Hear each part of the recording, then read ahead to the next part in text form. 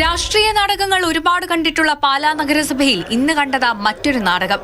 Chairperson Diya Binu പുളിക്കക്കണ്ടത്തിനെതിരെ LDF കൊണ്ടുവന്ന അവിശ്വാസ പ്രമേയം കോൺഗ്രസിന്റെ പിന്തുണയോടെ പാസായി. 4 കോൺഗ്രസ് കൌൺസിലർമാരും കോൺഗ്രസ് വിമതയായി മത്സരിച്ച് വിജയിച്ച മായ രാഹുലും ഉൾപ്പെടെ 5 പേരാണ് അവിശ്വാസ പ്രമേയത്തിൽ ഒപ്പുവെച്ചത്. ഇതോടെ 6 മാസം മാത്രം ആയുസ്സുണ്ടായിരുന്ന ദിയ ബിനുവിന്റെ നഗരസഭാ ഭരണം താഴെ വീണു. പാർട്ടിയുടെ വിപ്പ് ലഭിച്ചിട്ടില്ല എന്നും കോൺഗ്രസിന്റെ നേതൃത്വത്തിലുള്ള ഭരണം പാലായിൽ ഉണ്ടാകുമെന്നും കോൺഗ്രസ് കൌൺസിലർമാർ പറയുന്നു. പാലായിലെ ഓരോ UDF പ്രവർത്തകർ ചോര നീരുവാക്കി സ്വതന്ത്ര മുന്നണിക്ക് പിന്തുണ കൊടുത്തപ്പോൾ അവിടെ പോലും സ്ഥാനാർത്ഥി നിർത്താതെ ഞങ്ങൾ നിർത്തിയപ്പോൾ അവർ ആദ്യമേ എന്താ കാണിച്ചത്? LDF അവിശ്വത്ത് വിട്ട് കൂട്ടുകെട്ടുണ്ടാകാനാണ് ശ്രമിച്ചത്. ഐക്യജനാധിപത്യ മുന്നണിക്ക് നട്ടവും കോട്ടവും ഇല്ലാത്ത ഒരു ഭരണം ഇവിടെ ഉണ്ടായിരിക്കും. ആ ഭരണത്തിൽ കോൺഗ്രസ് ആയിരിക്കും ഭരിക്കുന്നത്. അവിശ്വാസത്തെ പിന്തുണച്ച കോൺഗ്രസുമായി ഭാവിയിൽ സഹകരിക്കുമെന്ന് കേരള കോൺഗ്രസ് കൌൺസിലർമാരുടെ പരസ്യ പ്രതികരണം. ഈ അവിശ്വാസത്തിൽ ഈ നീതിക്ക് വേണ്ടി ആരൊക്കെ പിന്തുണയ്ക്കുന്നുണ്ടോ അവരെല്ലാം അടുത്ത ഭരണത്തിന് അർഹര യോഗ്യരാ. അവരുമായിട്ട് സഹകരിച്ചു പോകുന്ന ഞങ്ങൾക്ക് മടിയില്ല.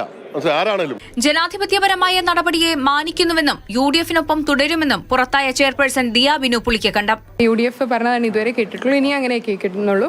അപ്പം UDF നേതൃത്വം ഉള്ള അനുസരിച്ചാണ് ഞങ്ങൾ ഇതുവരെ പോയത്. അപ്പം അവരുടെ തീരുമാനം വരുമെന്നാണ് വിചാരിച്ചിരുന്നത്, പക്ഷെ അങ്ങനെയല്ല വന്നത്. അതേസമയം വിപ്പ് ലംഘിച്ച കോൺഗ്രസ് കൌൺസിലർമാർക്കെതിരെ നടപടിയെടുക്കാനാണ് കോൺഗ്രസ് നേതൃത്വത്തിന്റെ തീരുമാനം. സംഘടനാ നടപടി KPCC ഉടൻ സ്വീകരിക്കുമെന്ന് DCC പ്രസിഡന്റ് നാട്ടകം സുരേഷ്. ഒരു കാരണവശാലും ഇത്തരത്തിലുള്ള പ്രവർത്തനങ്ങൾ പാർട്ടി വെച്ചുപൊറിപ്പിക്കില്ല. പാർട്ടിയുടെ വിപ്പ് ലംഘിച്ചു എന്ന് പറഞ്ഞു കഴിഞ്ഞാൽ അവർ സ്വയമേ പാർട്ടിയിൽ നിന്നും പുറത്തുപോയി എന്നാണ് അർത്ഥം. കൂറുമാറ്റ നിരോധന നിയമം അനുസരിച്ച് അവർക്കെതിരെ കേസ് കൊടുക്കും, നിയമപരമായി നേരിടും. ഈ കാര്യത്തെ കേരള കോൺഗ്രസ് എമ്മിന്റെ തട്ടകമായ പാലാ നഗരസഭയുടെ ഭരണം പിടിച്ചത് അഭിമാനകാര്യമായാണ് UDF ഉയർത്തിക്കാട്ടിയിരുന്നത്.